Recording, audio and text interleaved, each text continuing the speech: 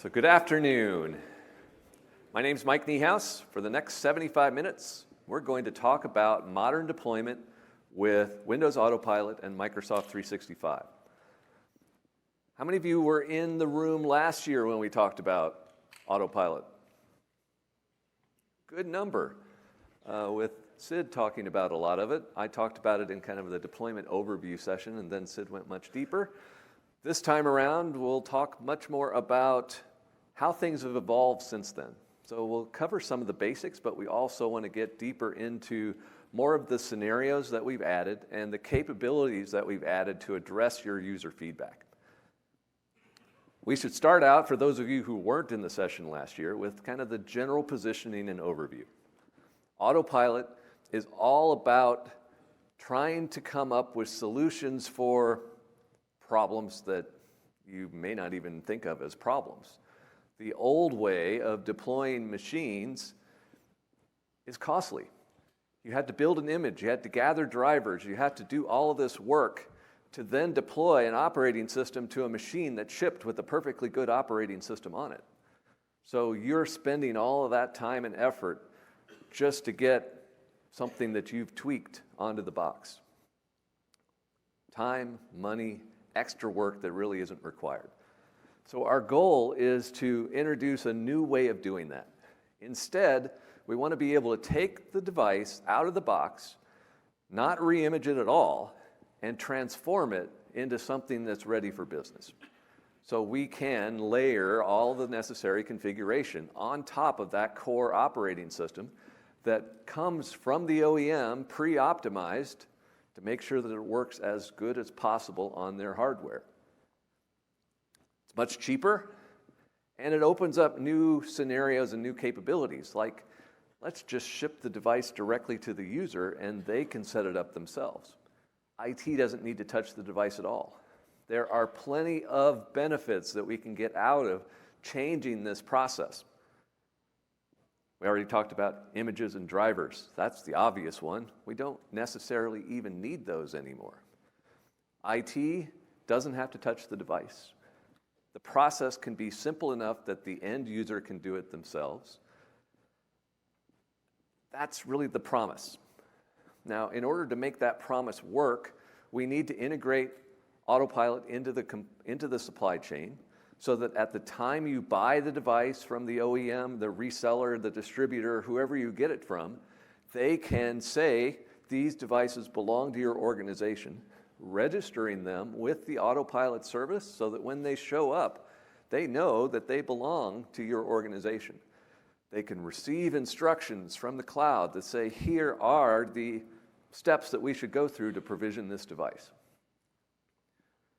We like to think of Autopilot as a broader lifecycle solution as well, to make sure that we can cover the full life of the device, not just the new device provisioning process. So we also want to invest in scenarios around break fix and retiring devices and repurposing devices for other users or other purposes. So you will see scenarios outside of that core new device process, but at least initially, our first scenarios were really targeting that new device. But if we think about the real benefit needs to target the end user. We need to have a process that the end user likes, that the end user can do themselves and be productive. We don't want them to dread getting a new device. I'm sure most of you have gotten a new device before and you think, great, I've got a new PC, but oh man, now I'm going to have to take the rest of the day to get all my apps back on it and set it up exactly the way I want it. We want to be able to eliminate that. We want all of that configuration to just flow down to the device. All of your data should come back down to the device. You shouldn't have to waste the rest of the day before you get productive again. We should be able to automate all that. Leveraging Intune, leveraging a mobile device management solution to configure the device, not just part of the way, but fully. So that's what we want to get to. From an IT perspective, we'll want to make sure that it's secured, that it can be configured without IT interaction. You don't need to touch the device, but the end user just wants to be productive.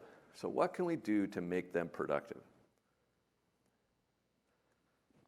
So if we think about this from the IT perspective, we need to transform the device. How do we do that?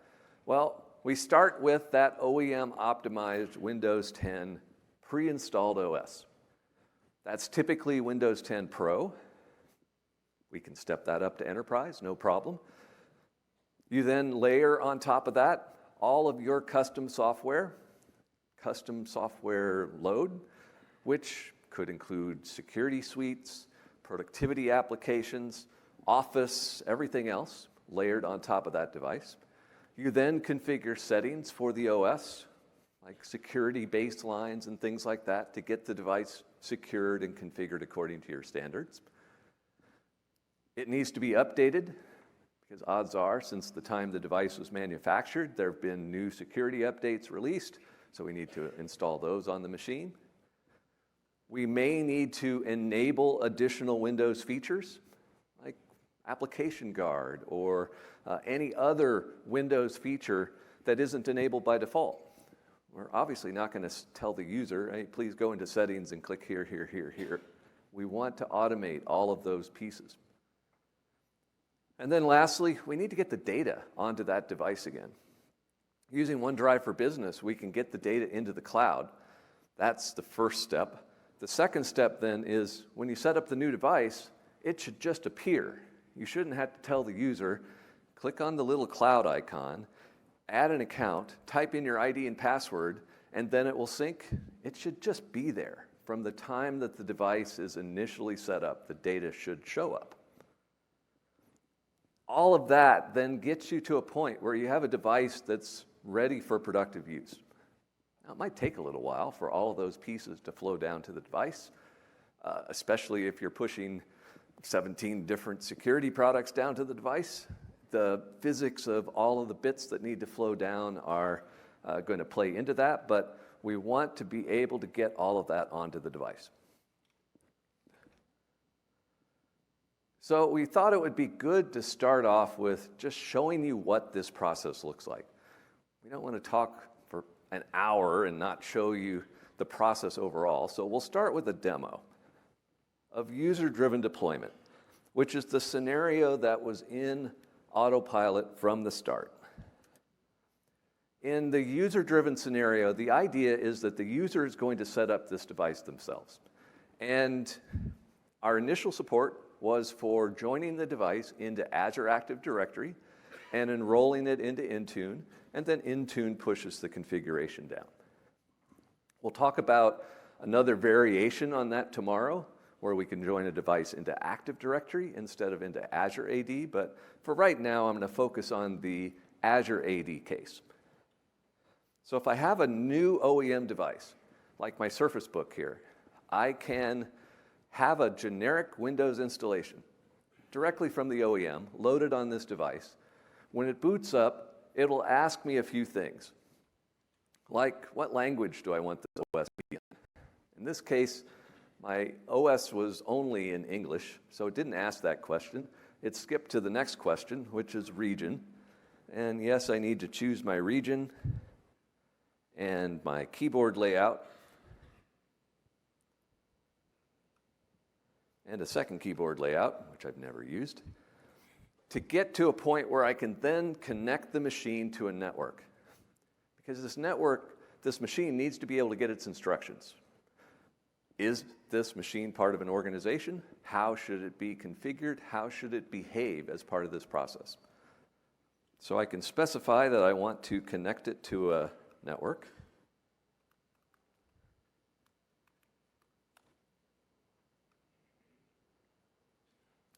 And once that connection is in place, the machine can talk to the Autopilot deployment service and download a profile of settings, which say exactly what organization this machine belongs to and how it should behave. So when I click Next, the next step would be to act on that. The profile that gets downloaded is used to customize the rest of the experience on the device. So it will get to a point where I need to type in my email address and password, wherever my device went. Oh, one other thing, it's rebooting itself. Give it a second, it'll come back. We'll talk about that in a moment. But it configures itself, and then it will ask for my user ID and password. I'll type those in, and it'll keep it going from there. While it's coming back up again, I should probably explain why I rebooted in the first place. One of the profile settings that was specified was a naming pattern for the device. So the device renamed itself, and the rename requires a reboot. So now it has the naming convention that I specified. But as it comes back up again, we'll get back onto the network and then be able to type in an ID and password. The naming capability is one of the new things we added for Windows 10 1809. We'll talk about that more as we go through here. So I need to reconnect to the network. And then we can continue on from there.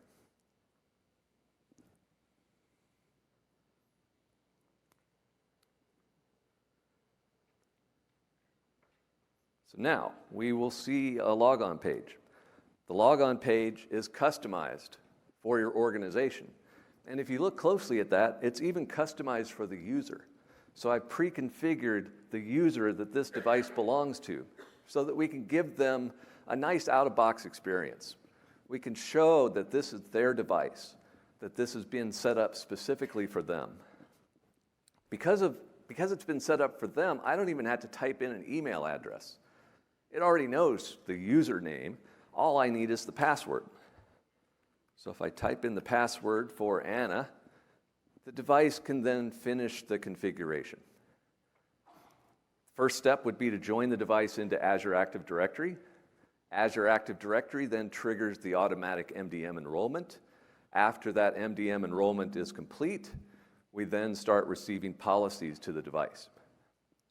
So that you can track the progress of that, we'll display an enrollment status page that enables you to see that this device is still being configured. We want to keep you at this point until the device has been configured enough that you can get to the desktop and actually do something. You don't want to end up on the desktop while stuff is still happening, because the user's not going to really know what's going on. They might click and see, oh, Office isn't there yet, or some of the other things that they need to be productive aren't yet on the system. But if we can do all of the installations while the enrollment status page is being displayed, then we get into a much cleaner experience. When you get to the desktop, your device is configured and ready to go. Now, the amount of time that takes can vary greatly depending on how much stuff you're pushing down to the device. If we have a lot of software, a lot of settings, that could take anywhere from kind of 5 minutes at the minimum up through potentially a couple of hours. In this case, I don't have that much being pushed to the device. I'm installing Office, a couple of expense app, a productivity app, my Dynamics app. After that's done, the device signs on as the user for the first time, and then any user-specific configurations are targeted to the device. So after that first logon screen finishes flashing up, we then see the enrollment status page again while the user configuration is being done. In Intune, you could target policies to the machine. They get processed during the machine phase of the process. You can target them to users. They get processed during the user phase of the process. After all of that's done, then we finally see the desktop and go from there. So we'll let this one run for a little bit. We'll come back to it a little later just to see that we do have a fully configured device and our OneDrive for Business data is on it. We'll see how long that takes.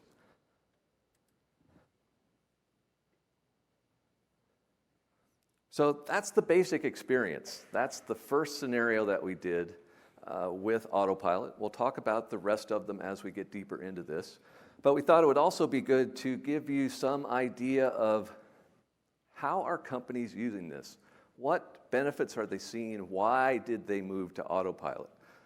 So I'm joined up on stage by Todd Loxley with Rockwell Automation. Todd, you want to introduce yourself and Sure. tell the audience why? Why'd you go to Autopilot? Very well. Thanks, Mike. Appreciate it. So much as Mike laid the groundwork, last year we were here, we saw the announcements.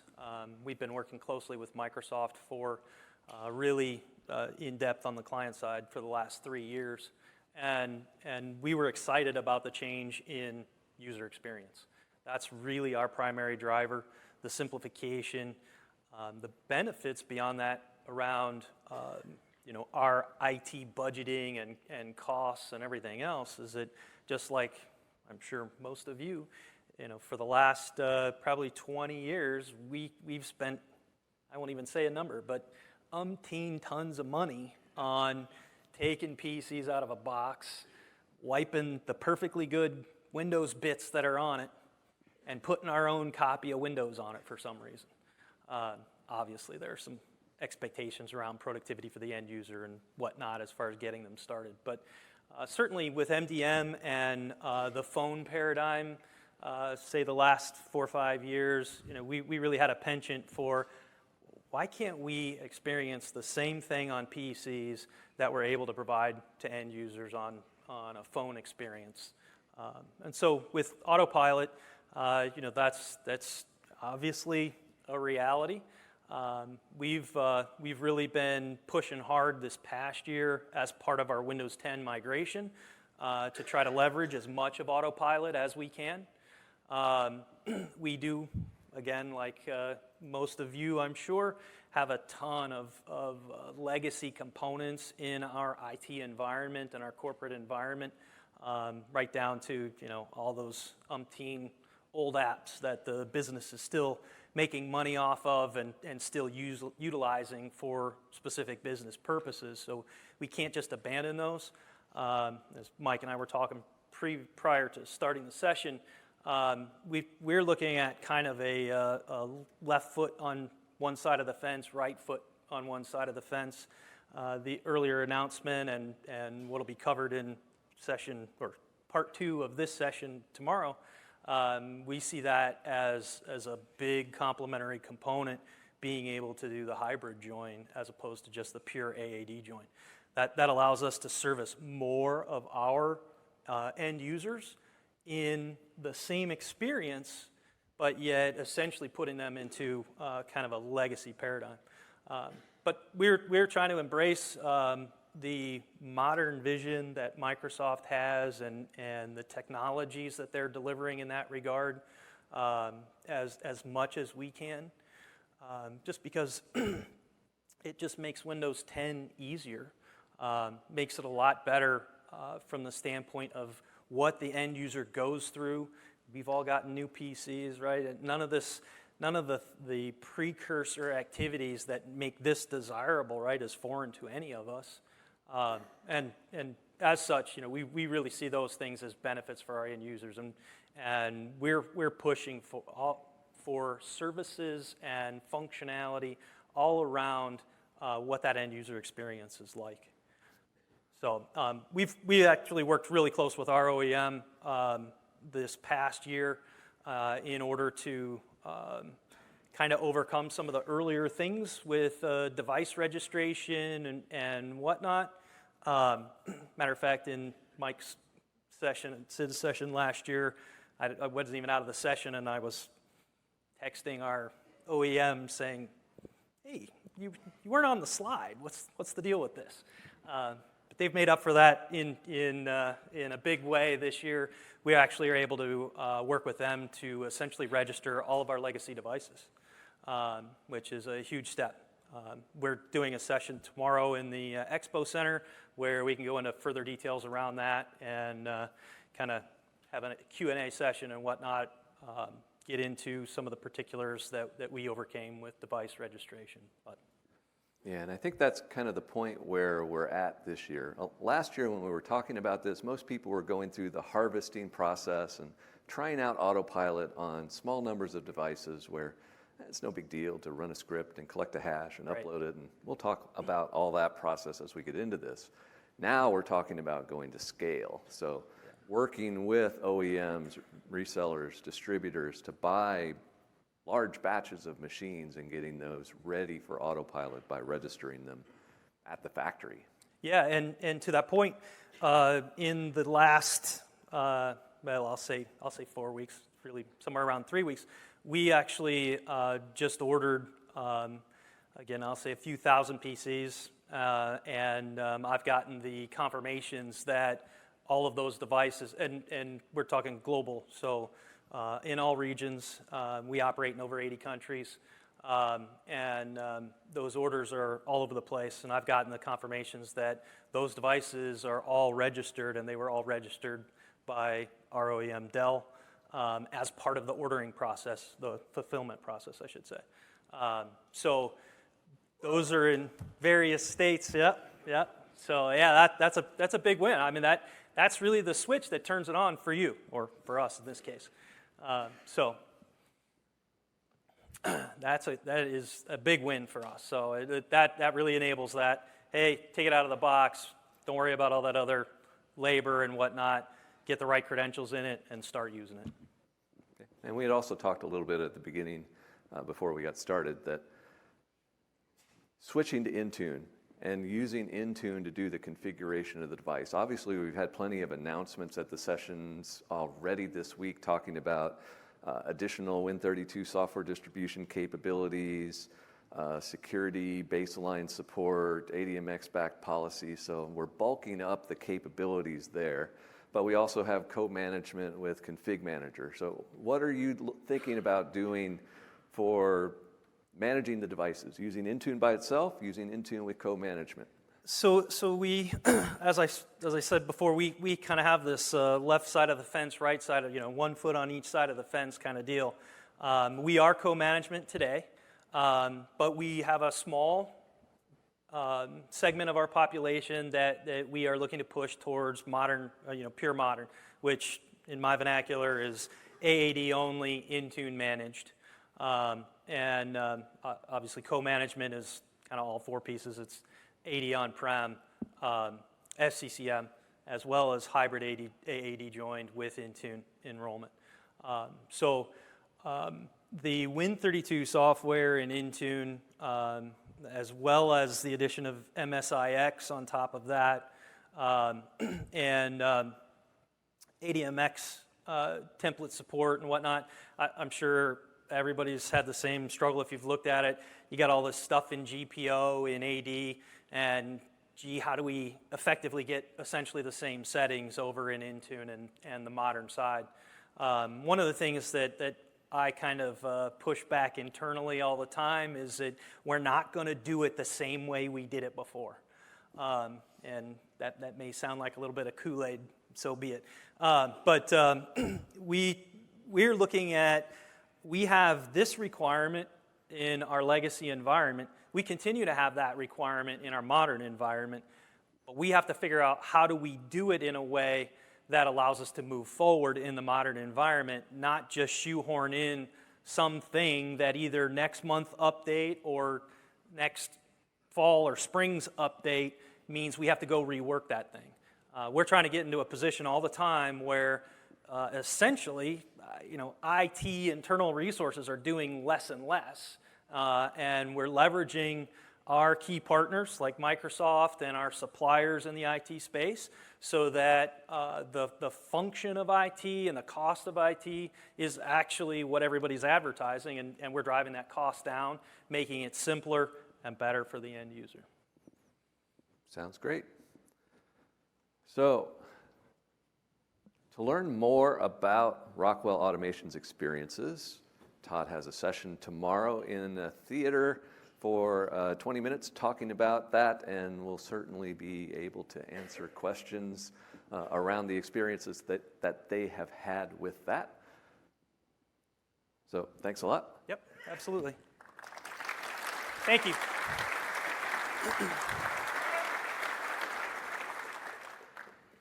So let me see, where is our machine? We're at the desktop. If I open up File Explorer and look at Documents, I have data. Looking at pictures, I have pictures. So everything has been brought down to the device, and I'm ready to go. I could pick up where I left off on a file that I had saved 30 minutes ago on my old PC and be able to continue on my new PC without any issues. There is a session tomorrow morning on OneDrive for Business and what they've been doing to improve this, to be able to get to this type of behavior. So show up for that one. I'll actually be doing the demo during that one, so you'll get to see me for that one again. But that's the type of integration that we want to be able to see. We want to be able to have everything just work, using Intune to drive all of this. So let's talk then more about the how. We've shown you what it looks like. We've talked about the benefits. Let's go through step by step what we need to do to get ready for Autopilot. 3 basic steps. We need to register the devices. That makes the devices associated to your organization and configured with a profile of settings.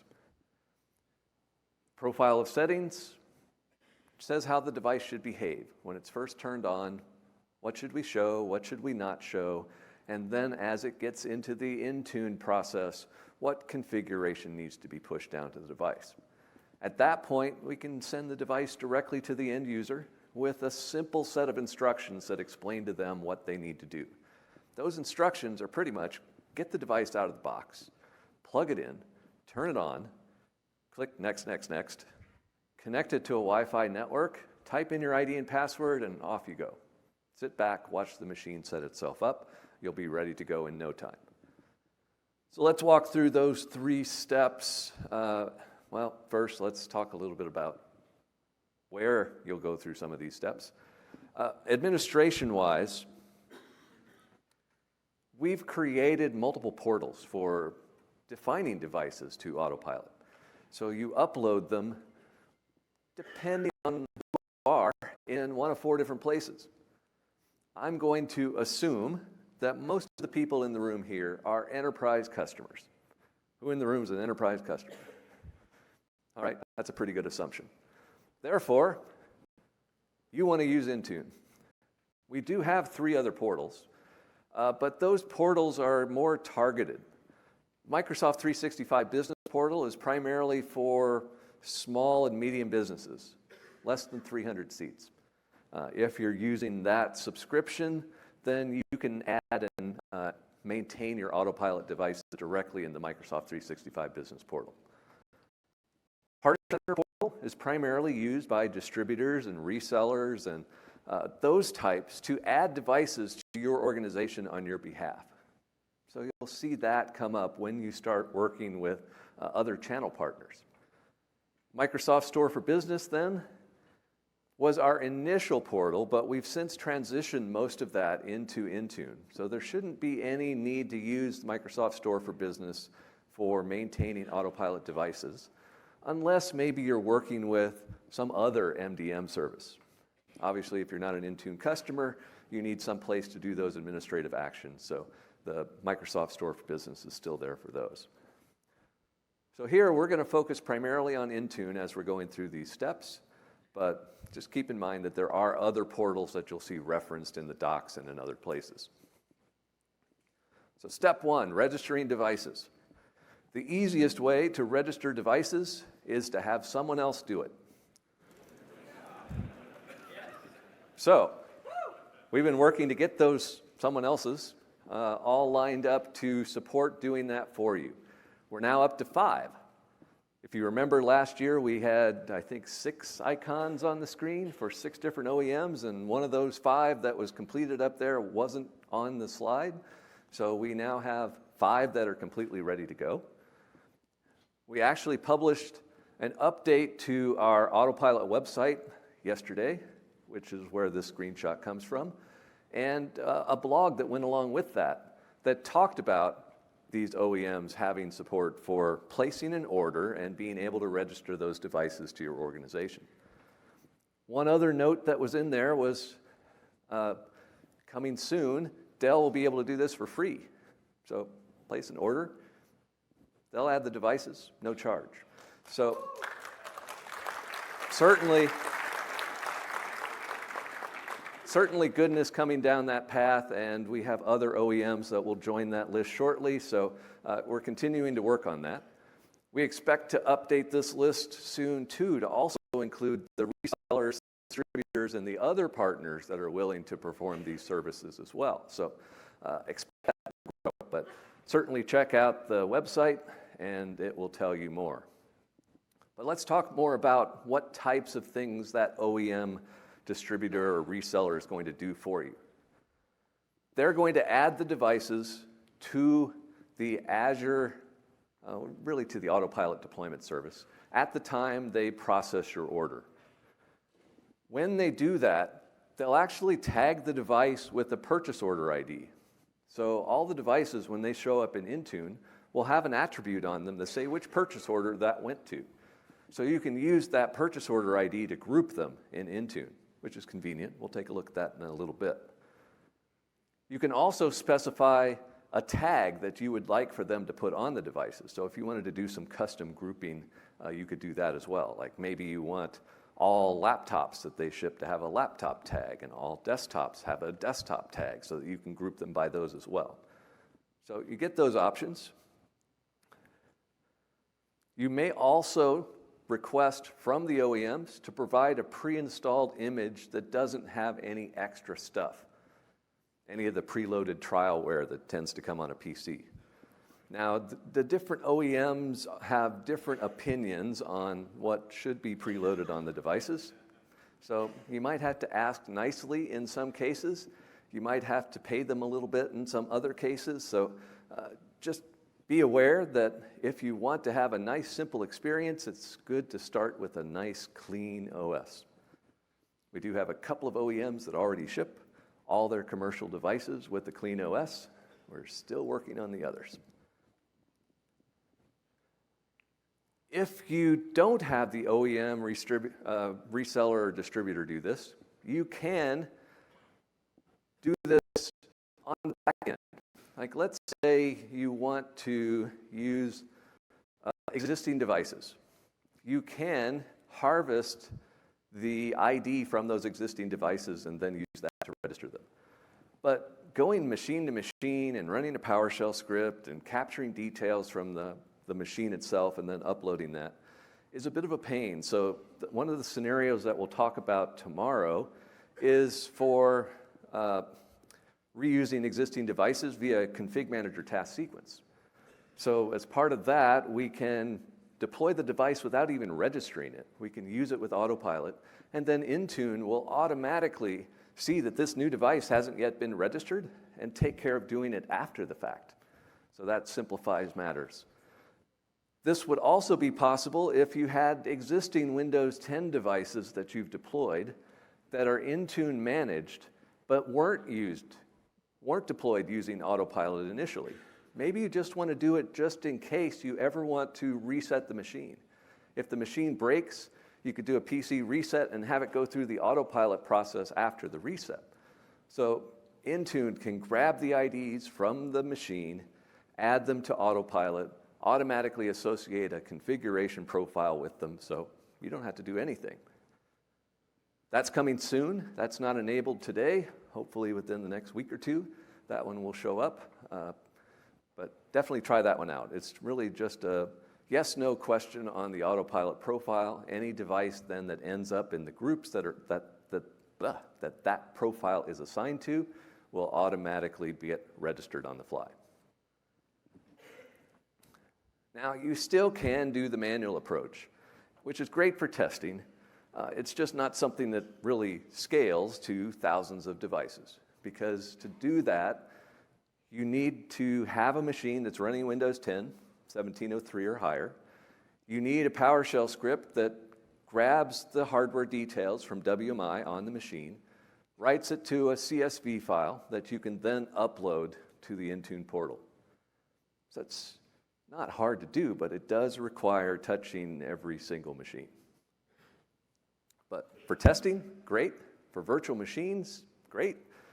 For all of your initial kicking of the tires, look at this. But when you get to scale deployments, Then you want to start talking to your OEMs, distributors, resellers, so on. Step 2 then, you want to assign the profile. Imagine having bought 3,000 machines. They've now been added to your Autopilot list via the OEM doing it for you. Well, the OEM doesn't assign a profile. That's more of an administrative task for the customer. You really don't want to have to go in, though, and assign a profile to each of those 3,000 devices. Really tedious. So what we've done to simplify that is to have Intune do it for you. First step, we need a profile. So you have to create a profile. When you do that, you can specify the deployment mode. So we've got user-driven deployment, which is what we've showed so far. We'll talk tomorrow about doing a self-deploying mode and the hybrid Azure AD support. So you configure those options as part of the profile. You specify specific settings that correspond to those deployment modes. And then you can configure what the out-of-box experience should look like. So it's not a huge amount of settings that you configure, but it does give you some control over what's shown and what isn't shown.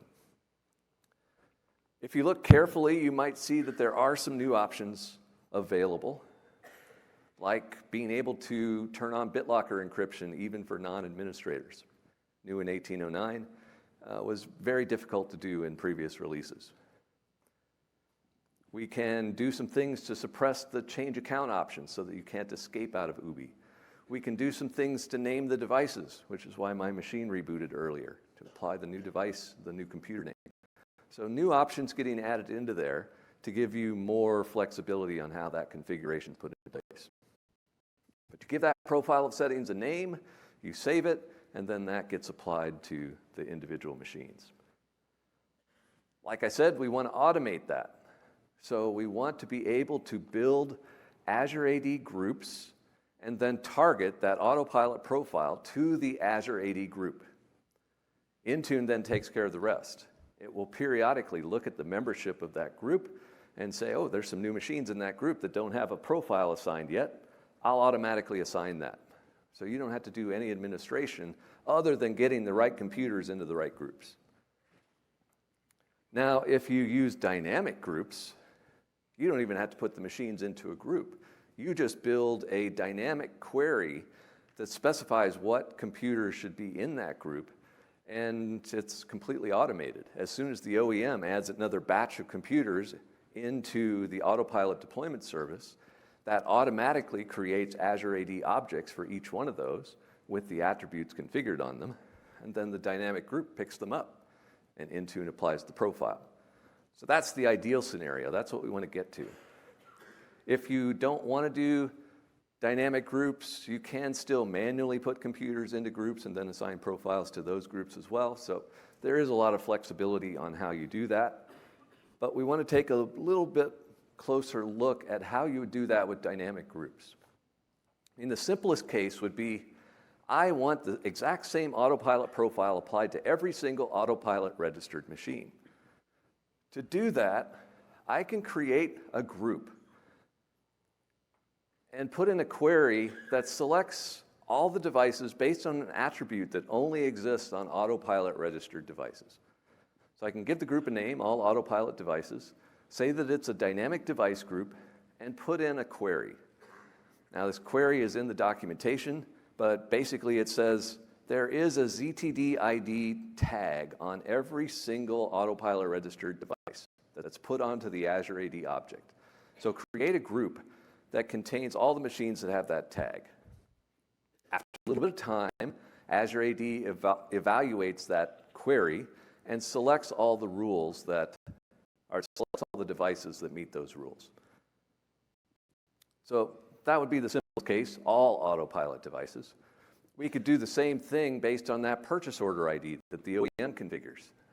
Really the same thing over again. We can create a group, we can give it a name, we can specify again membership type of a dynamic device group, and then specify a query that only selects machines from that purchase order. So we put in an advanced rule. where we say, give me all the devices where they have an order ID of a certain number.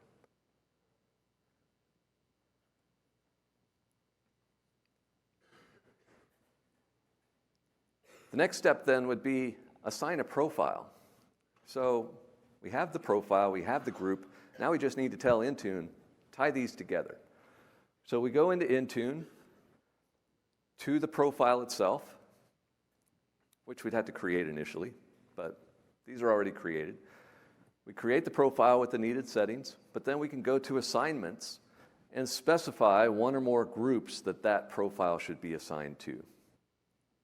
We can select one of the groups that we created before, like all Autopilot devices. Select that, save the changes, and now Intune will constantly look at that group to see, are there any new devices? If so, I'll assign the profile to those devices. So that could be all the administration you ever need to do for devices. You create the Autopilot profiles you want, you assign them to the groups, you create groups with the right queries, and you're done. Now you just tell the OEM when you order devices, please put them with the right purchase order ID, with the right tag into our tenant, and the rest will just happen. The third step then, obviously, is to just deploy. We need to get the device to the user. The user can go through the simple steps that we talked about.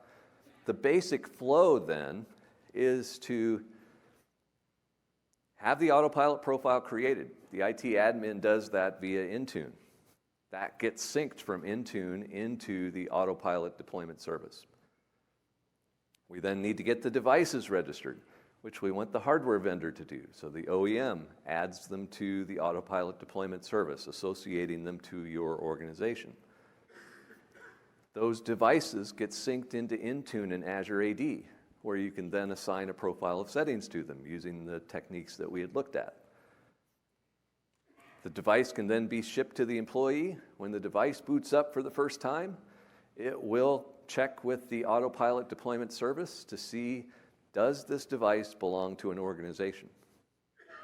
So if you think about that a little bit, there's a person who asked me a question last night about that, which I just kind of take for granted. They said, well, does that mean that every Windows 10 device checks in with the Autopilot deployment service as soon as it gets a network connection? Why, yes, it does.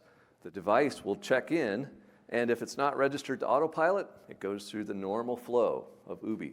So it's probably a consumer device or some other non-Autopilot deployment, so it goes through normal stuff. But if it gets back a profile saying it's registered to an organization and it has a profile associated with it of these settings, then it goes through a different behavior with the customized UI and the customized experience. So prerequisite-wise, we initially introduced support for Autopilot in Windows 10 1703.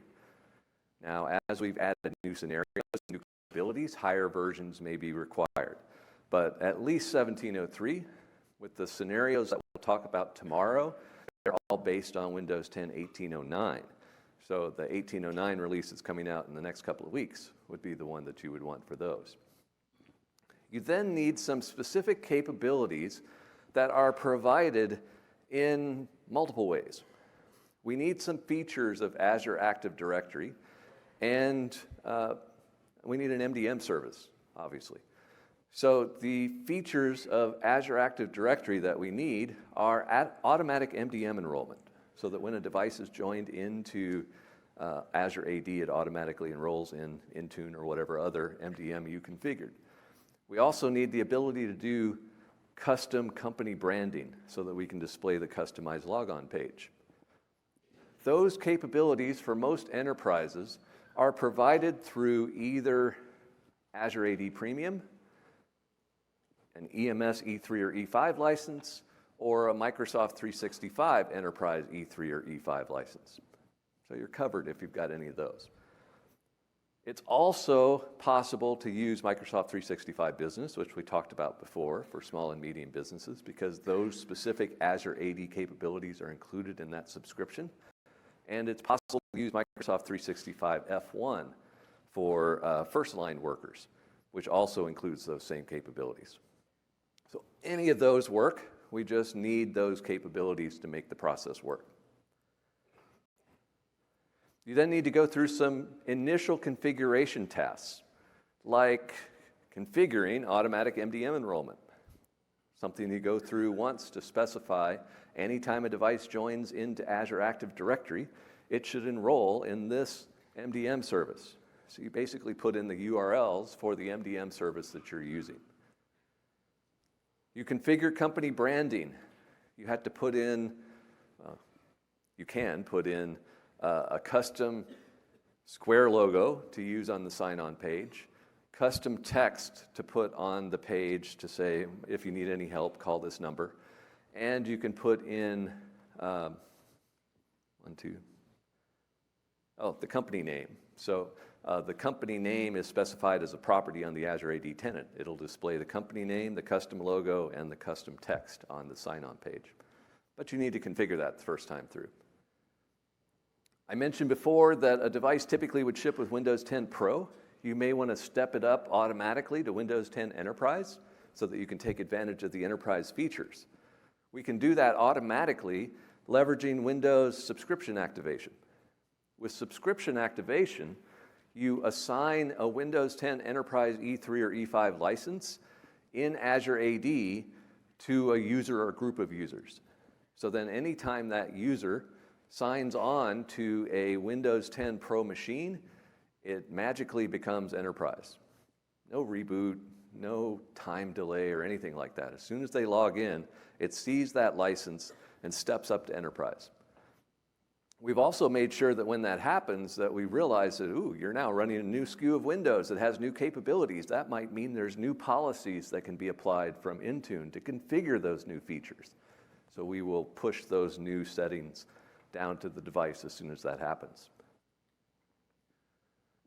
We also need the ability for users to join devices to Azure AD.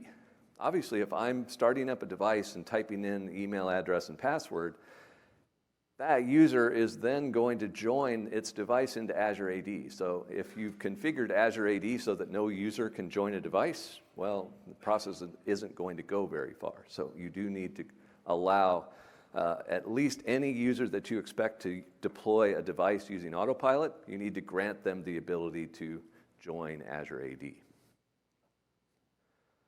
On the Intune side, there are a few things that you need to do at least once. You need to enable the enrollment status page. It's pretty simple. We'll take a look at that in a minute. You need to make sure that those same users can enroll devices in Intune. That one has some interesting tweaks that have been introduced by Intune recently. You can actually put in a device restriction, an enrollment restriction to say only Autopilot registered devices can enroll in Intune. If you put that rule in place, then if they take a personal device and try to join it into AAD, which triggers an MDM enrollment, and the device isn't registered to Autopilot, the enrollment will fail, the AAD join will fail, their personal device will stay out of your corporate environment. So that's good. Try that one out.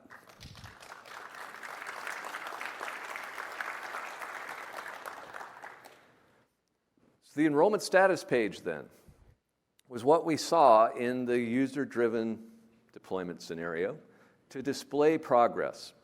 It goes through the three phases of the deployment: device preparation, device setup, and then after the user signed in for the first time, the account setup.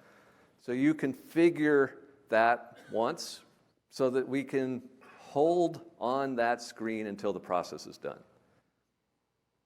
There's a variety of reasons that you might want to do that, like making sure that the device meets company standards with the right security software installed, the right policies in place, the right certificates installed. So we can do all of that before the user can be able to access the desktop. We've also added the ability to unlock the machine if it's shipped in S mode.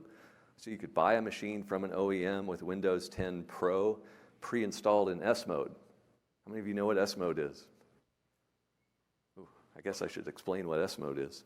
S mode is basically secured OS that can't install any software that didn't come from the Windows store, from the Microsoft store. So if you tried to install whatever Win32 installer that you have in your config manager infrastructure, as an example, they'll fail because it will only install code signed by the store. Great, as long as all your apps are in the store.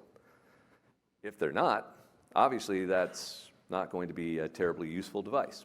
But we've made sure that if you buy devices in S mode, which has some security benefits, you can make sure they're not tampered with by any third-party software that might have been put on the device before you got it.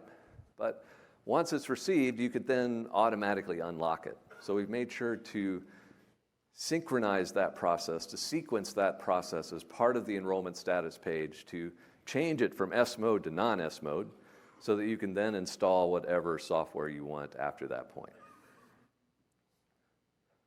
The enrollment status page itself requires Windows 10 1803 or above.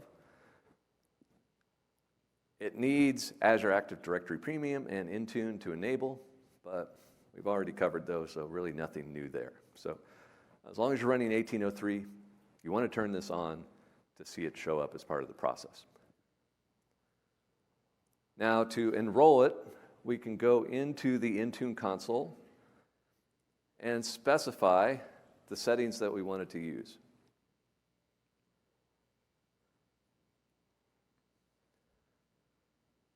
So we can click on the link under Windows Enrollment.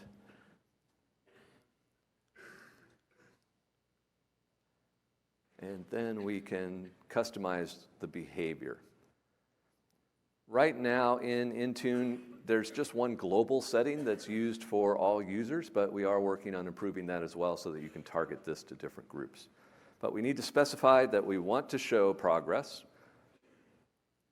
that we want to block and not prevent the user from skipping out by saying, yeah, go ahead. We can say what to do in case of errors. We can put in custom messages for errors. We can specify a timeout. So if it takes longer than, say, 60 minutes, go ahead and let the user onto the desktop. And we can specify just those basic type of capabilities at this point. Now, we do have some plans for enhancing this as we move forward to provide even more capabilities. Tanvir will talk more about that one tomorrow as part of our roadmap conversation. But once that's configured, now all the autopilot deployments will show this automatically as part of the process. So let's talk about scenarios then. And we started off with one, the user-driven AAD scenario. That's what we demoed initially. But we've got several others. We've got two scenarios around an autopilot reset. We'll talk more about what each of these is as we get deeper into the conversations, but let's just do a quick 1-minute overview of each one of these. Windows Autopilot Reset locally, we added the ability to do that in Windows 10 1709. The basic concept behind an autopilot reset is that you want to reset the OS to get rid of any garbage that might have piled up on the machine. Extra apps, extra tweaks, whatever. The reset will get rid of all of that. It'll discard all of the apps, all the data, everything but the MDM enrollment, the Azure AD join details, and the options that were picked during UBI as far as language and keyboard and locale, and some of the details around the network connections. So you do this autopilot reset, and you end up with a fully managed device afterwards. You don't have to go back through UBI. You don't need to type in anything. You just end up at a logon screen. So the device is then ready to be used by the next person. They walk up to it, they put in their ID and password, it signs them on, and off they go. Initially, the thinking was, hey, this would be great for schools, because after a semester of classes, the machines might get to a point where they need to start over. But there are certainly enterprise scenarios for doing this as well. The thing that we were missing, though, was, hey, how do you do this remotely? So we wanted to be able to do it from Intune as well. With Windows 10 1809, we'll be able to do it remotely so that you can go into the console, click a button, and initiate that from MDM. So we'll talk a little bit more about reset as we get into this, the ending part of this session. The other three scenarios, for those of you who remember the session last year that Sid talked about, one of these didn't even exist in the roadmap that we laid out. That last one, Windows Autopilot for existing devices. That one was conceived and delivered since, well, after the last Ignite. But let's go through each one of those. Self-deploying mode. Simple idea. We have a device that isn't really associated with the user. That could be for one of a few different purposes. It could be just a shared device, that there's no primary user of that device. It could be used by people at a help desk or a call center or in a school or someplace where anyone can walk up, put in their credentials, and use the device. Great. Well, we don't necessarily then need to ask for user credentials during the initial setup. In fact, we don't need to ask for anything. If this is a self-deploying device, if it's not associated with the user, let's just deploy it. So as part of that, we can eliminate all user interaction. We'll still show the progress as the device is being set up, but as soon as that device is plugged in, turned on, and connected to a network, hands off, completely zero touch from that point. Hybrid Azure AD join, we've mentioned a couple of times. This would be the exact same scenario as that user-driven mode, but user-driven into Active Directory instead of into Azure Active Directory. So we'll join the device to your on-prem domain rather than to Azure AD. We'll go through a full flow of what that looks like and how that works in tomorrow's session.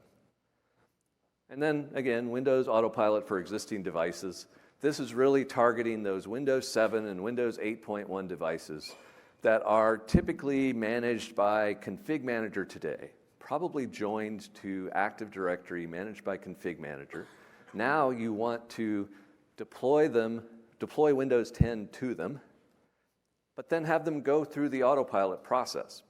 So the machine boots up for the first time into Windows 10 and immediately displays the autopilot experience, asking you for your Azure AD credentials, going through the enrollment status page, fully configuring the device after joining it to AAD and enrolling it in MDM. If you think about how that would have worked today, because we have customers that have tried to do that with the existing functionality, you'd have to go through some extra hoops to get the hardware hash from the device that you could upload it to the autopilot deployment service and then assign it a profile through Intune so that you could then turn around and deploy Windows 10 to it. Well, to get the hash, you had to already deploy Windows 10 to it. So it was kind of weird. You had to go from Windows 7 to Windows 10 and then immediately either reset or re-image the device to deploy Windows 10 again so that you could then go through autopilot. But we can simplify all of that, and we'll talk about how in tomorrow's session. So let's go through a little bit more for the user-driven deployment scenario, the one that I started off with demoing. Again, it was the first one added in 1703 or higher. We have the standard licensing requirements for that, so we don't need to focus much more on that. The goal overall is that this could be done by the end user. They are going to be asked for Azure AD credentials.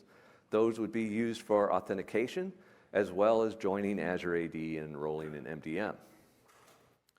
We do have one of the options available in the autopilot profile to specify whether the user should end up an admin or not. If your goal is to have non-admins in your organization, this would be how you do it. Just specify in the profile that they shouldn't get admin rights, and autopilot will set up the device that way.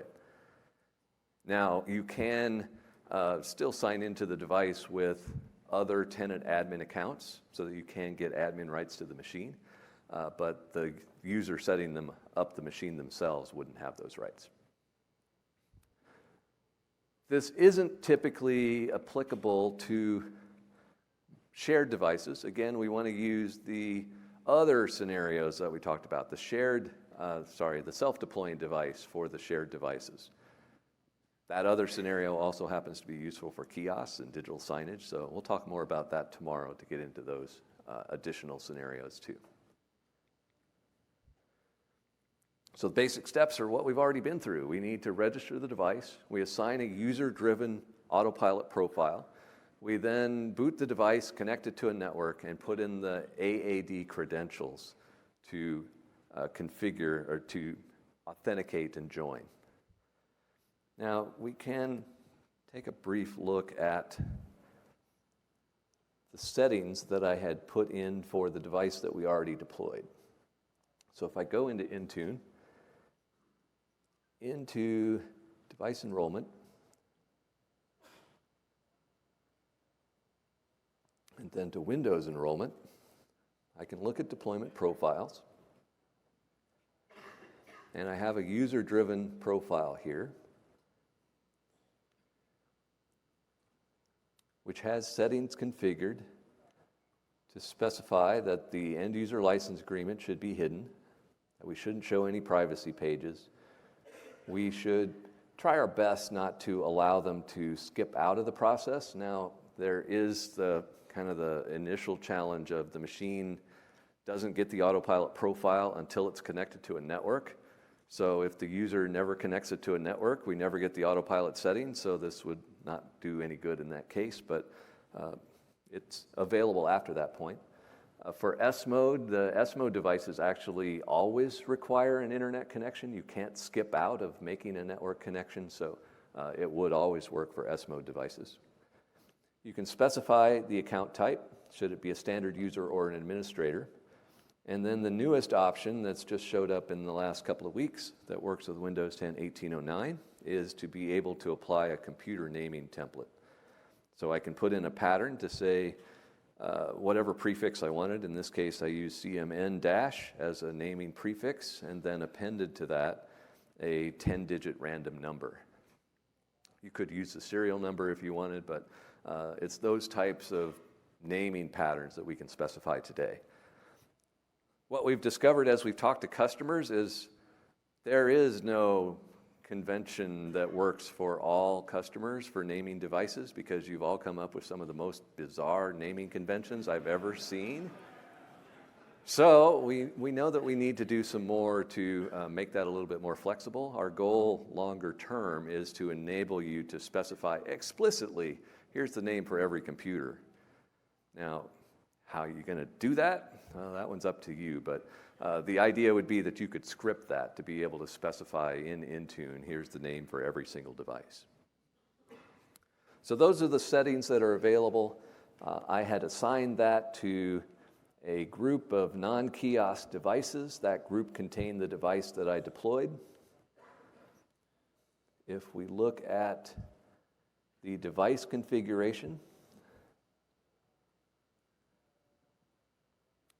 first machine here is my Surface Book that we deployed. If I select that, we can see that it was pre-configured for Anna at contosomn.com, which is why it said welcome Anna instead of just welcome to Contoso.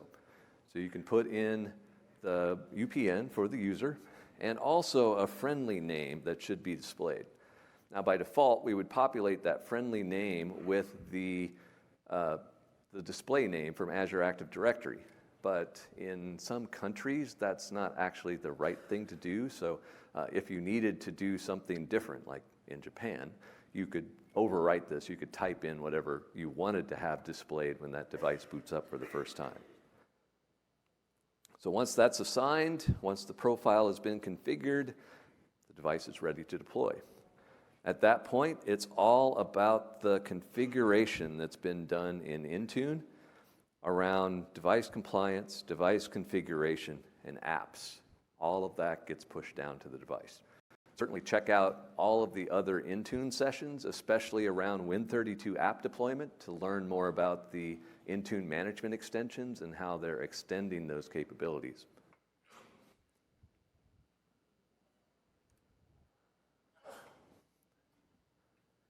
All right, so let's talk a little bit more about Autopilot Reset then.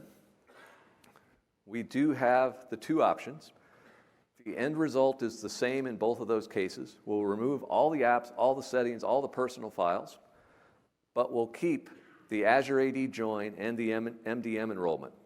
So no orphaned objects in AAD or Intune. We'll continue to use the same ones.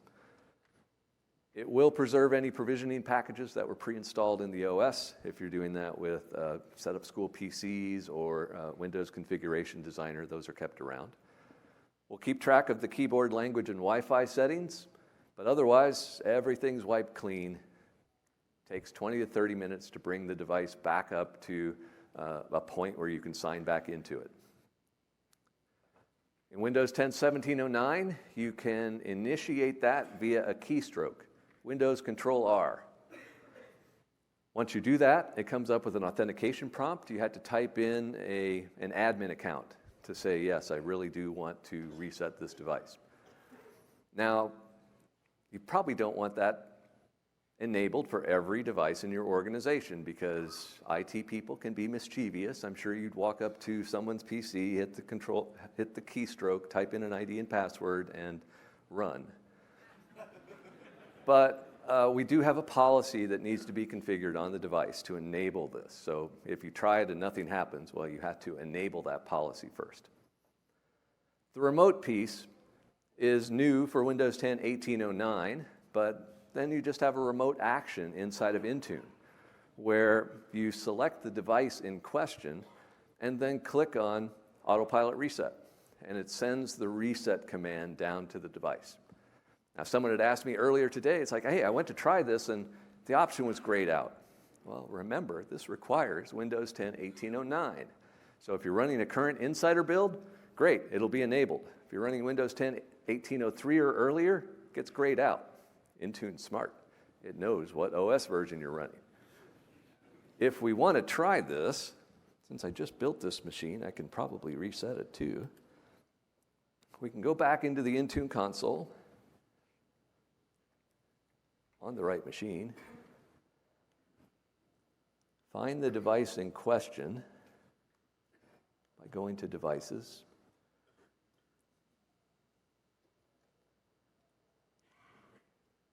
and hopefully we can find the right one. I know that it starts with CMN and a random number. Fortunately, I've only got one, so we'll select that one. And scroll over to More Actions to do an Autopilot Reset. Are you sure? Yes, I really do want to do that. It's my test tenant. Fortunately, I have no real devices in here, so that's a pretty safe operation. But that will send the command down to the machine, and it should then reboot after a short period of time to initiate that process. So we'll see. It will keep track. It'll eventually come back and say, that's what's going on. And guess what? There's a black machine indicating my machine just rebooted itself. So that's not terribly exciting, but that's what's supposed to happen. It initiates the reset and will come back up shortly.